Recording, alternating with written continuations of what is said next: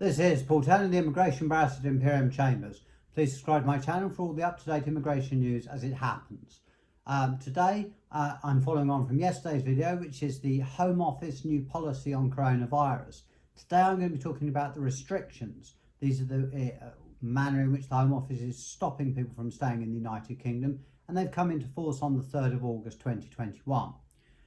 They follow on from yesterday's good news about the coronavirus concessions, and it's only right that I produce another video, hopefully not too long, on the bad news.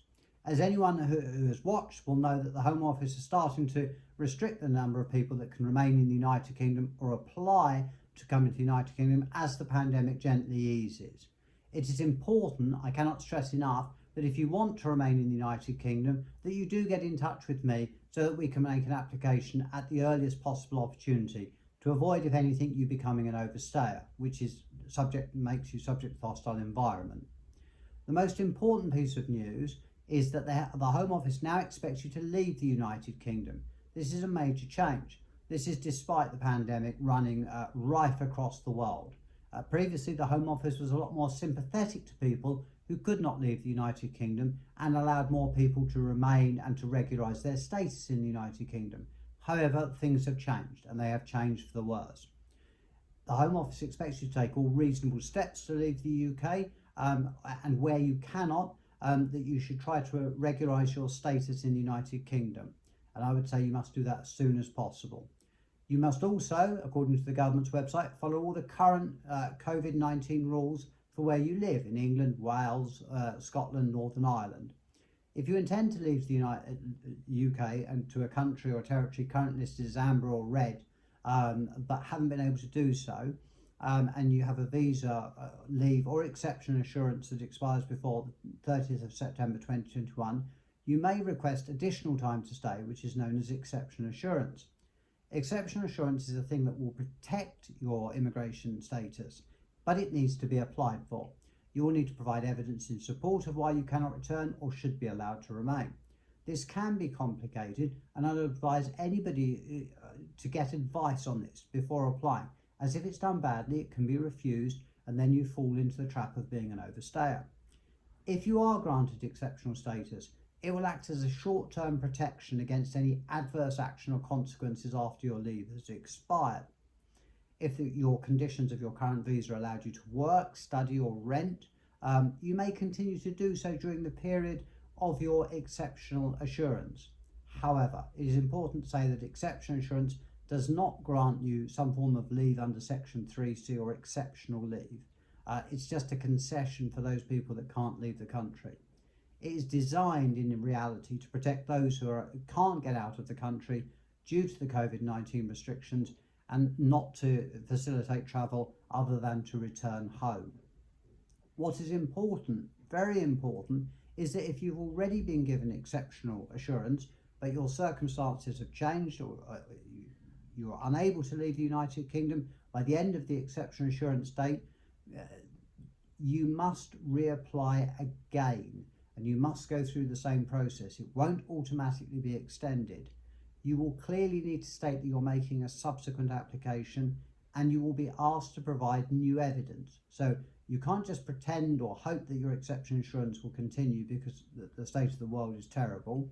And if you do apply, you can't just send evidence that you used, say, 3 or 6 months ago, because the Home Office will want to know why you can't go now. In order to remain in the United Kingdom lawfully, other than under exception insurance, you will need to apply for the relevant permission to stay. There is a concession here, but it is tempered. You will be able to apply for a permission to stay in the United Kingdom from within the UK, but you will need to ensure that any application is supported by the relevant documentation and that you are applying under a permitted immigration rule. I say permitted immigration rule because there are certain categories you cannot apply for.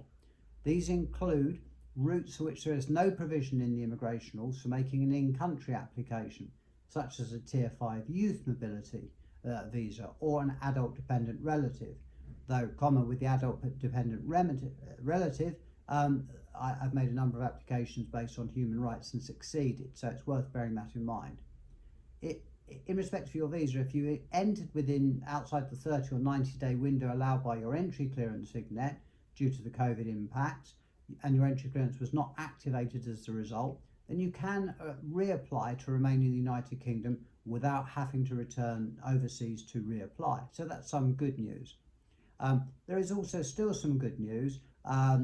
If you've overstayed your visa between the 24th of January 2020, gosh, it's almost 2 years ago, and the 31st of August 2020, because there will be no future adverse immigration consequences for you if you didn't make an application or regularise your status in that time, which could count towards 10 years lawful residence.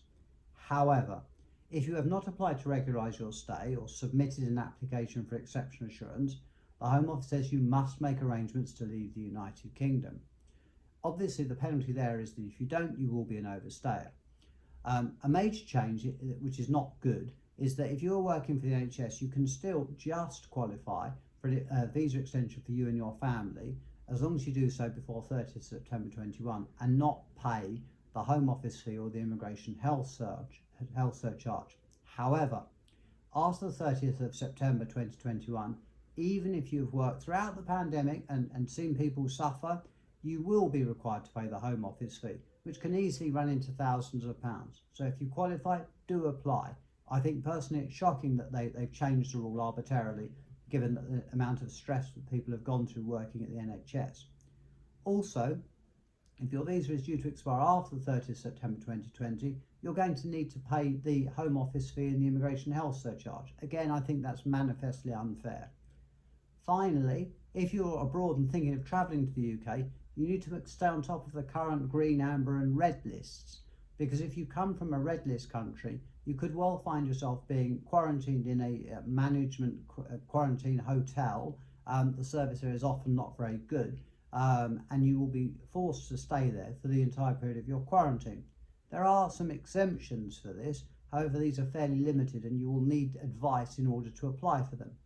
So in short, whereas yesterday I was talking about the concessions that the government are continuing to offer to people due to COVID, today I'm now talking about the fact that the government is seeking to restrict or remove concessions, and the overarching message that comes from the government is you should go home, and it's only if you can't go home that you will be allowed to stay. If you do want to stay or you want to apply for a visa, then please get in touch with me and I'll do my best to help you. Please stay safe during these dangerous times.